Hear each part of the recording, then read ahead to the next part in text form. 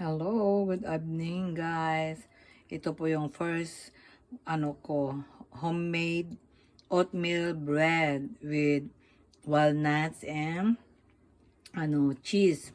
Ito po trinay namin ng asawa ko naghapo kami. Kaya itong sarap po siya, hindi po siya masyadong calorie kasi hinaluan ko po siya ng oatmeal saka walnuts, saka konti lang ang sugar niya. Kaya tamang-tama lang po yung lasa niya. Yan, may cheese siya, mayroon siyang walnuts, saka oatmeal.